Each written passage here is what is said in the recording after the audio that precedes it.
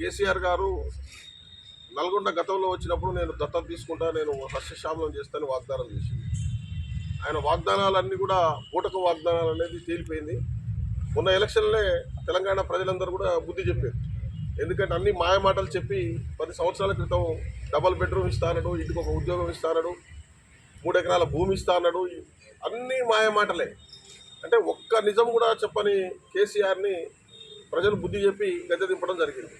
ఇప్పుడు 6 గ్యారంటీలు కాంగ్రెస్ పార్టీ ఇచ్చింది, దాదాపుగా 4 అమలు చేసినాం. అంటే 100 రోజులు కాకముందే 4 అమలు చేసిన కనుక కాంగ్రెస్ పార్టీ ఏదైతే చెప్పుకుందో అది ఖచ్చితంగా అమలైద్ది అనేది ప్రజలు నమ్మిర్రు. ఆ నమ్మకాన్ని ఖచ్చితంగా కాంగ్రెస్ పార్టీ ఆ నమ్మకాన్ని ఖచ్చితంగా మేము ఉంచుకుంటామని తెలియజేస్తున్నాం. అదేవిధంగా రేపు 13వ తారీఖు కేసీఆర్ గారు బహిరంగ సభ, అంటే ఇప్పుడు ఎలక్షన్లు ఉన్నాయి కాబట్టి మళ్ళీ మాయ మాటలు టక్కర మాటలు అయ్యో చెప్పి 100 రోజులు కాలేదు, 6 గ్యారంటీల్లో 4 చేసినాం, ఇంకా 2 ఉన్నాయి, అవి కూడా ఖచ్చితంగా చేస్తాను ముఖ్యమంత్రి గారు పదే చెప్తున్నారు. కానీ దాన్నే ఒక బూసిలాగా చూపించేసి మీరు చేయలేరు అనే తత్వంగా మరి హరీష్ రావు గారు, కేటీఆర్ గారు, కేసీఆర్ గారు మాట్లాడుతున్నారు.